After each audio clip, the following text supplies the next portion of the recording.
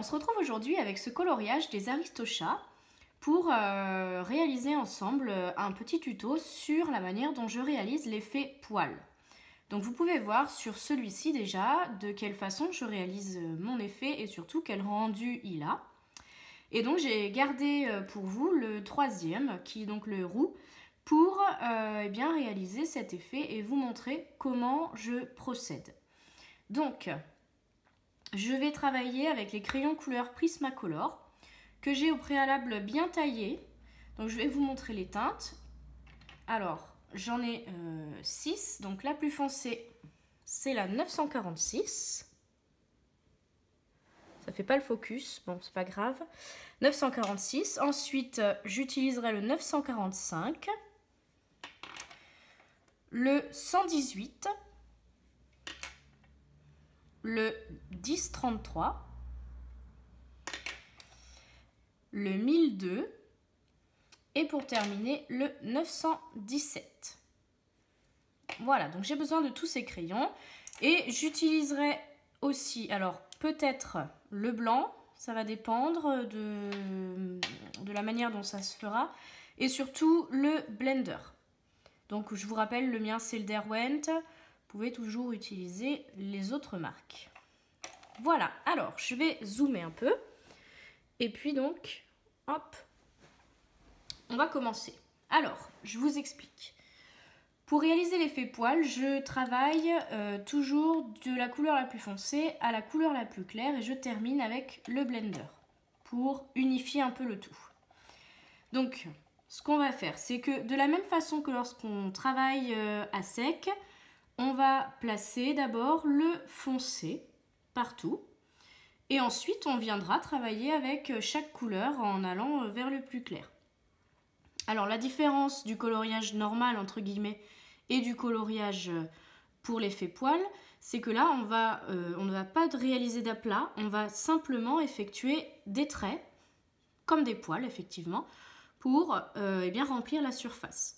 Donc il va falloir bien faire attention à l'implantation des poils pour que ce soit le maximum réaliste. C'est-à-dire que on va suivre les courbes du visage du chat pour que ce soit vraiment bien fait, quoi. Donc je vais vous montrer tout de suite en plaçant d'abord le foncé. Donc je vais commencer là parce que c'est un angle donc c'est plus facile. Donc vous voyez, je trace mes traits. Hop, voilà, sans colorier, hein, rien du tout. Voilà. Et donc je vais réaliser ça sur tout le visage.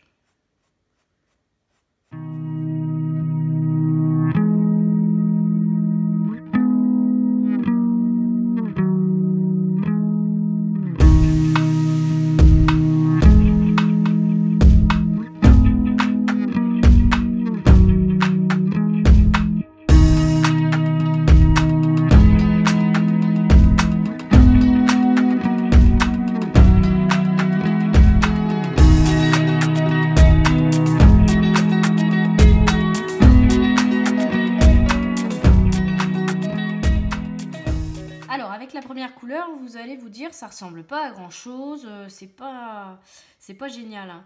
Mais vous allez voir que c'est au fur et à mesure où on va rajouter de la couleur que ça va vraiment prendre tournure. Donc je continue avec ma seconde couleur, donc le 945, et je vais donc passer exactement sur les mêmes endroits en diffusant plus largement ma couleur, c'est-à-dire en faisant des traits un peu plus longs.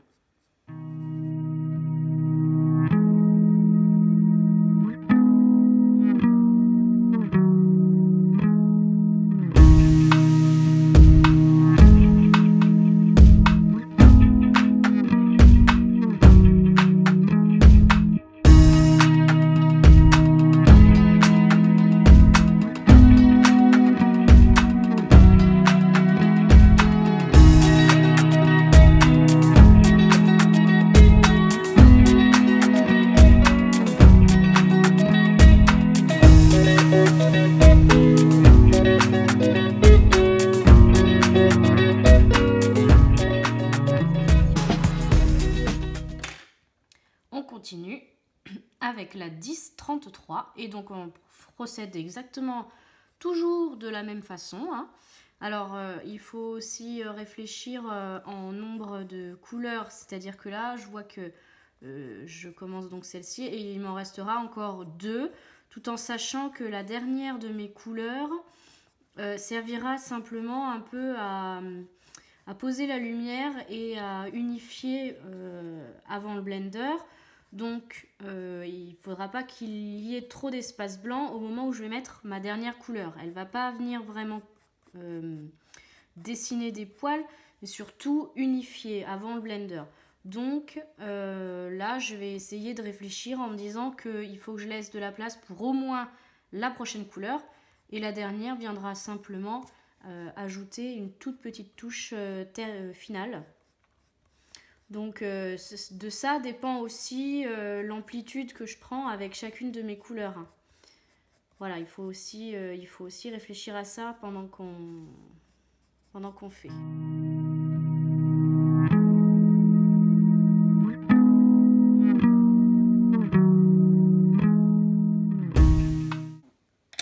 Voilà, donc je vais prendre maintenant mon avant-dernière couleur qui va vraiment remplir quasiment tous les trous. 1002, il ne restera plus beaucoup de blanc une fois que j'aurai terminé cette couleur-là.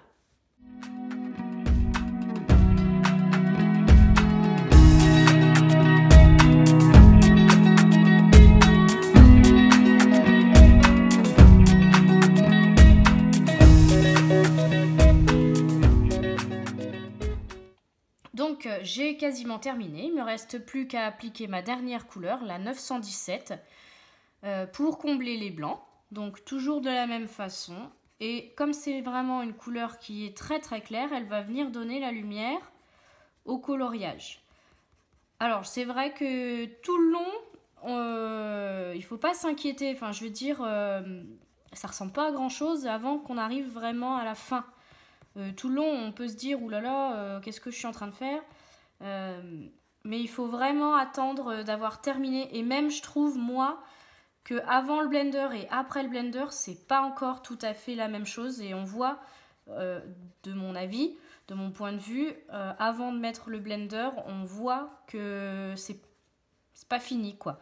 C'est pour ça que moi, je préfère ajouter la touche blender. Pour vraiment terminer le travail, fondre les couleurs, parce que bon, alors c'est fait de multitudes de petits traits les uns sur les autres, mais moins on voit les démarcations, je veux dire, et mieux c'est quand même. Donc c'est pour ça que j'aime bien appliquer le blender en finition. Vous pouvez prendre le crayon blanc, mais le problème du crayon blanc, c'est qu'il va ajouter son pigment et qu'il y aura des zones sur le foncé principalement qui deviendront un peu trop blanches. Donc pour ce genre de travail-là, moi je préfère le blender. Je vous ferai une vidéo sur laquelle je vous expliquerai l'utilisation du crayon blanc aussi, ne vous inquiétez pas. Mais là, dans ce cas précis, je n'aime pas l'utiliser. Donc c'est pour ça que je prends le blender. Chaque outil a ses avantages et c'est vrai que là, dans ce cas-là, je donne ma préférence au blender. Donc j'ai quasiment terminé. Voilà, je vérifie que j'ai rien oublié. Non. Alors j'ai bien mis donc ma couleur partout. Cette fois-ci, il est quasiment terminé. On voit bien quand même l'effet poil. Et donc, comme je viens de vous en parler, la finition pour moi, c'est vraiment le blender. Donc, eh bien, je vais passer mon blender sur mes zones. Je ne vais pas colorier dans n'importe quel sens. Attention, il faut bien aussi rester dans le sens du poil, sinon ça va déplacer les pigments, ça va faire quelque chose qui ne sera pas net du tout. Pour conserver notre effet, il faut bien sûr passer le blender dans le même sens que chaque coup de crayon a été posé.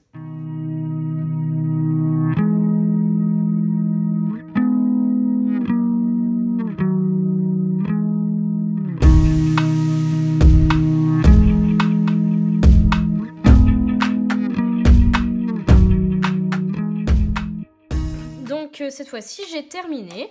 Donc vous pouvez voir qu'après le passage du blender, on a quelque chose qui est quand même plus unifié, où on voit moins le grain du papier.